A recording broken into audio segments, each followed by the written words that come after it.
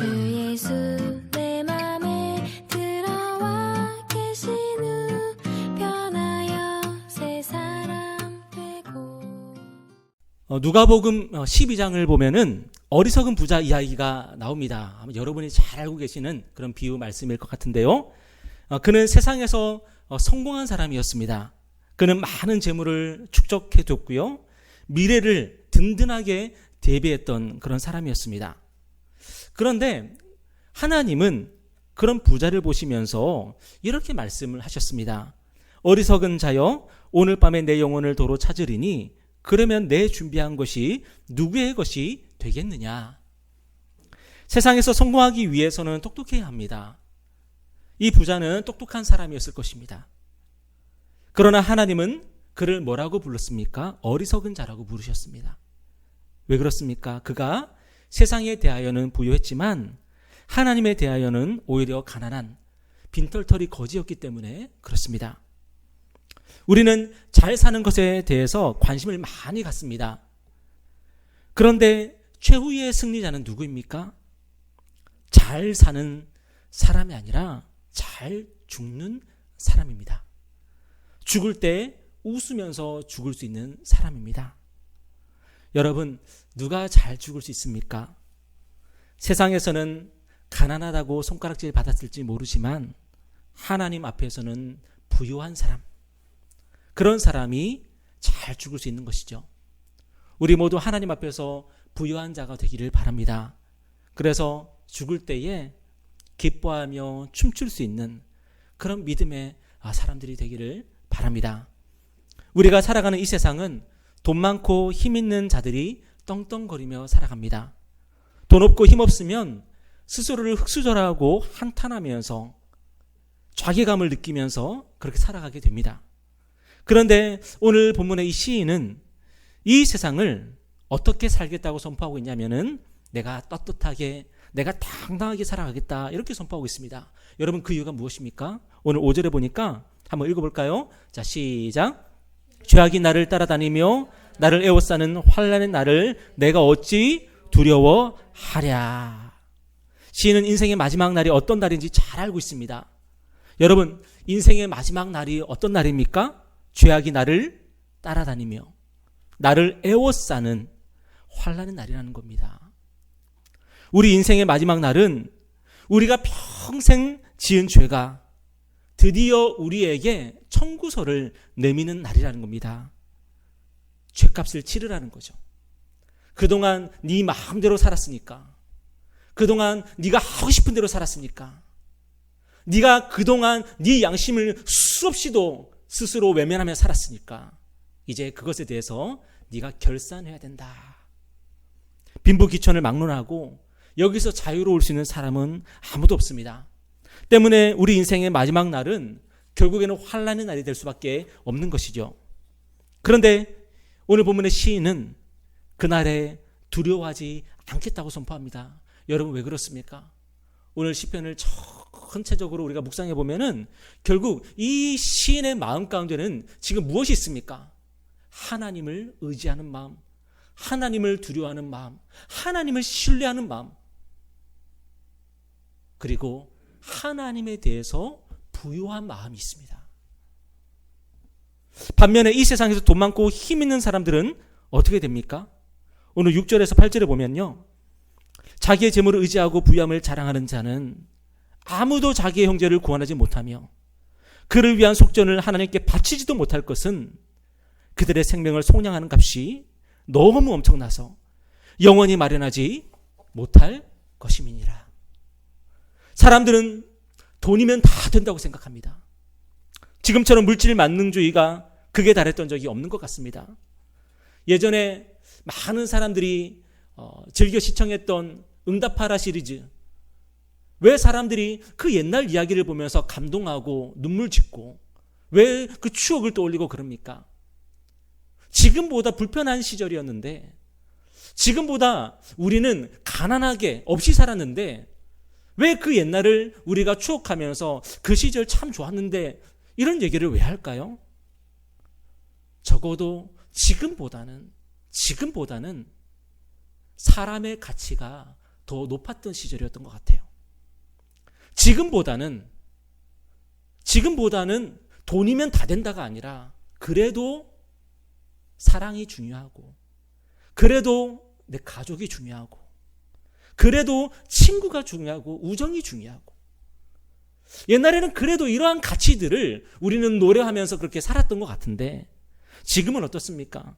지금은 돈이면 다 되고요. 돈이면 가족을 만들 수 있고, 돈이면 친구를 만들 수 있고, 돈이면 이웃을 만들 수 있고, 반면에 돈이 없으면 가족도 잃어버리고, 친구도 잃어버리고, 이웃도 없어지는 그런 세상을 우리가 살아가고 있는 것 같습니다. 우리는 돈이 곧 힘인 세상을 살아가고 있는 거죠. 그런데 마지막 날에 자기의 재물을 의지하고 자기의 부유함을 자랑하는 자들이 어떻게 됩니까? 그날에는요, 자신들이 아무것도 할 수 없다는 것을 깨닫게 된다는 것입니다. 그들은 자신들의 전 재산을 가지고 죽음의 문제를, 죄의 문제를, 구원의 문제를 해결할 수 없다는 것을 깨닫게 된다는 것입니다.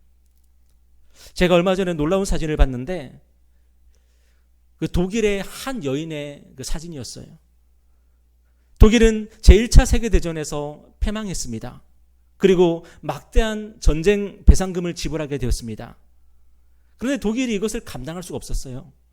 그래서 화폐를 마구 찍어내게 됩니다. 그 결과 하이퍼 인플레이션이 발생했습니다. 물가는 천정부지로 솟고 화폐의 가치는 급락하게 되는 그런 시대를 맞이하게 되었습니다.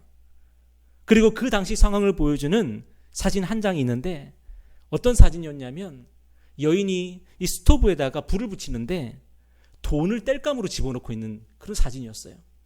옆에 돈을 이렇게 쌓아놓고요, 그 불을 붙이기 위해서 연료가 없으니까, 연료를 살 수가 없으니까 그 화폐를 갖다가, 지폐를 갖다가 그걸 계속 집어넣고 있는 그런 사진이었어요. 여러분, 이 세상에 그 가치가 영원한 것이 있습니까? 결국에는 모든 것이 상대적인 가치를 가지고 있는 것이죠. 여러분, 언젠가 우리가 가진 모든 것이 우리에게 무용지물이 되는 날이 옵니다. 우리가 가진 모든 것으로도 우리를 구원할 수 없는 그날이 옵니다. 그날은 빈부귀천을 막론하고 모든 사람들에게 찾아온다는 것입니다. 그 날을 준비하며 살아가는 것이 바로 지혜이죠. 오늘 우리가 예수 그리스도를 구주로 믿는 이유가 무엇입니까? 오늘 우리가 이 자리에 모여서 우리가 하나님을 예배하고 우리 주 예수 그리스도를 예배하는 이유가 무엇입니까? 여러분, 예수를 믿으면은 여러분이 하는 일들이 잘 풀립니까? 예수 믿어도 가난한 사람은 계속 가난하더라고요. 예수 믿는다고 해서 가난한 사람들이 막 부자가 되고 이런 일들은 잘 안 일어나더라고요. 오히려 세상에서 보면요, 주식을 잘해서 벼락 부자가 되는 사람들이 많이 있고요. 부동산 투자를 잘해가지고 벼락 부자가 되는 사람들이 많이 있더라고요. 그런데 예수를 믿는데도 우리는 우리의 삶에는 별로 변화가 없습니다. 그런데 왜 우리는 예수를 나의 구주로 고백하고 우리가 오늘 왜 예수 그리스도를 예배합니까? 그분이 바로 저와 여러분의 죄값을 담당하셨기 때문에 그렇습니다. 그분이 우리의 죄값을 치르셨기 때문에 그렇습니다. 우리를 하나님께 대하여 부유한 사람들로 만들어 주신 것입니다.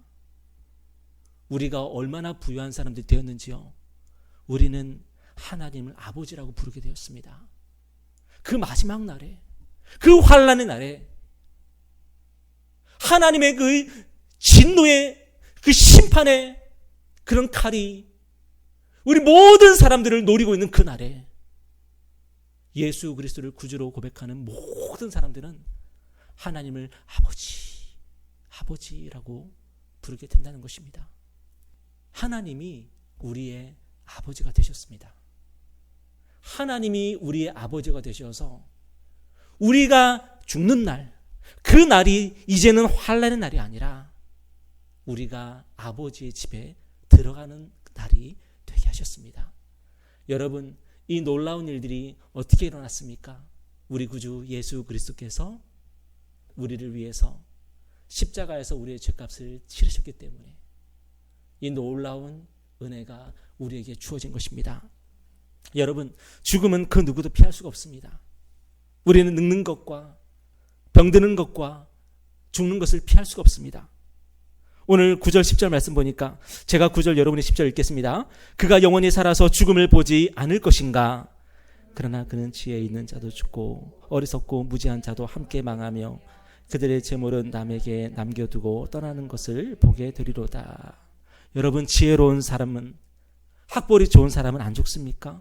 지혜로운 사람이나 어리석은 사람이나 학벌이 좋은 사람이나 무학자나 다 죽는 것은 똑같습니다. 결국 살아생전에 쌓아둔 재물은 어떻게 됩니까? 한 푼도 가지지 못하게 됩니다. 모두 다른 사람들이 차지하게 됩니다. 오늘 11절에 보니까 그러나 그들의 속생각에 그들의 집은 영원히 있고 그들의 거처는 대대 이르리라 하여 그들의 토지를 자기 이름으로 부르도다. 여러분, 이 말씀을 제가 표준 세번역으로 보니까 이렇게 번역을 해뒀더라고요. 사람들이 땅을 차지하여 제 이름으로 등기를 해두었어도 그들의 영원한 집, 그들이 영원히 머물 곳은 오직 무덤뿐이다. 결국 우리 집은 어디입니까?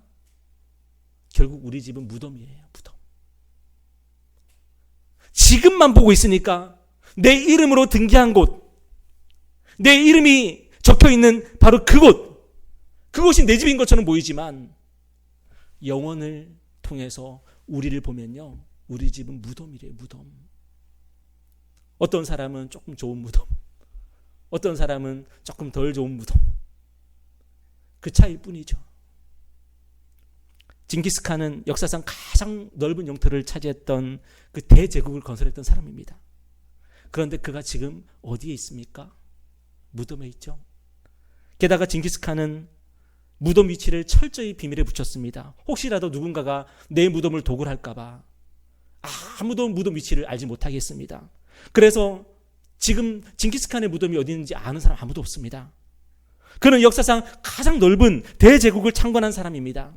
그런데 그는 지금 흔적도 남아있지 않습니다. 그래서 오늘 12절 말씀 보니까 사람은 존귀하나 장구하지 못하며 멸망하는 짐승 같도다. 세상 모든 사람들이 우러러보는 사람들이 있습니까? 그가 미국의 대통령입니까? 중국의 국가 주석입니까? 세계에서 가장 큰 회사의 CEO입니까? 성경은 그들을 향해서 뭐라고 말씀합니까? 결국은 오래 살 수 없고요. 오래 살 수 없고요. 본질적으로는 잠깐 살다 죽는 짐승하고는 하나도 다르지 않다. 그렇게 말씀하고 있습니다. 여러분, 하루살이를 보죠. 하루살이를 보지 않습니까? 여러분, 가끔씩 지나다니는 그런 곤충들을 보지 않습니까? 모기를 보지 않습니까? 한철을 못 가고 죽습니다. 그런데 영원의 관점에서 볼 때 우리 인간은 어떤 존재라는 거예요? 그런 짐승들하고 다르지 않다는 거예요. 우리도 정말로 짧은 시간, 영원에 비교하면 정말 짧은 시간을 살다가 가른 그런 정말로 멸망하는 짐승하고 별로 다를 바 없는 그런 존재라는 거예요. 여러분, 우리는 언젠가 죽음의 골짜기를 지나가게 됩니다. 그때 누가 우리를 붙들어주고 누가 우리를 인도해 주겠습니까? 그런데 오늘 이 시인이 뭐라고 고백하고 있습니까? 오늘 15절에 보니까 우리 함께 읽겠습니다. 시작. 그러나 하나님은 나를 영접하시리니 이러므로 내 영혼을 수월에서 권세에서 건져내시리로다. 누가복음 15장을 보면 주님은 이른 양 비유를 말씀하십니다. 어떤 사람에게 양 100마리가 있었습니다. 어느 날 어찌된 용문인지 양 한 마리가 없어졌습니다. 그 사람이 어떻게 했습니까? 양 99마리가 있으니까 한 마리쯤은 하면서 원래 없었던 거 치면서 그냥 살았습니까? 아닙니다. 99마리를 두고 잃어버린 한 마리를 찾기 시작했습니다. 그는 그 양을 찾을 때까지 포기하지 않았습니다. 결국 그는 양을 찾아냈습니다. 그는 양을 보자마자 어찌나 기뻤던지 양을 어깨에 메고 집으로 돌아왔습니다. 그리고 친구들과 이웃들을 불러서 잔치를 벌였습니다. 여러분, 그 잃어버린 양이 누굽니까? 바로 저와 여러분인 거예요. 언젠가 우리는 죽음의 골짜기 앞에 서게 됩니다. 평생 나와 함께 해줬던 사랑하는 사람들은 보이지 않을 것입니다. 평생 나에게 힘과 여유를 주었던 재물은 한 푼도 내 호주머니에 없을 것입니다. 주위에는 죽음의 사자들이 맹수처럼 한 이빨을 드러내고 우리를 삼키려고 으르렁거리고 있을지 모릅니다. 그때 우리는 우리의 이름을 부르는 누군가의 음성을 듣게 될 것입니다. 그분은 우리를 발견하고 기뻐 소리치며 우리에게 달려오실 것입니다. 우리는 그분의 손에 못자국을 보게 될 것이고 그분의 옆구리에 창자국을 보게 될 것입니다. 그분은 우리의 목자이신 예수 그리스도십니다. 그분은 우리를 안아주실 것이고 우리를 번쩍 들어 올려서 어깨에 메고 룰루랄라 콧노래를 부르면서 우리를 천국으로 인도하실 것입니다. 그때 우리가 뭐라고 고백하게 될까요? 내 잔이 넘치나이다. 내 잔이 넘치나이다. 여러분, 우리가 이 땅을 살아가면서 사람들이 재물을 벌고 집을 한 채, 두 채 늘려나가고 사업을 크게 늘려나가고 그렇게 치부하는 사람들을 보면서 두려울 때가 있지 않습니까? 나는 어떻게 살아야 되지? 나는 어떻게 하면 좋지? 사업을 해서 주식을 해서 막 대박을 터뜨리는 사람들을 보면서 나는 이제 어떻게 살면 좋을까? 그렇게 두려워할 때가 있지 않습니까?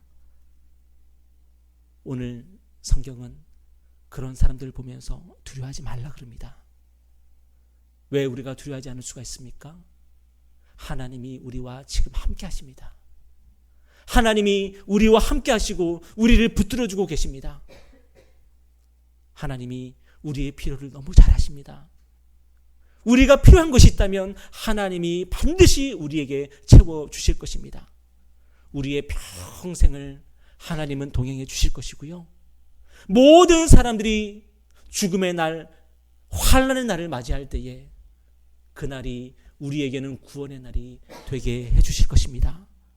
여러분, 하나님을 믿으십시오. 하나님을 믿으십시오. 지금까지 하나님을 믿으면서 잘 살아오셨습니다. 여러분, 흔들리지 마십시오. 앞으로 조금만 더 하나님을 믿고 하나님을 의지하며 매일매일 여러분 살아나가십시오.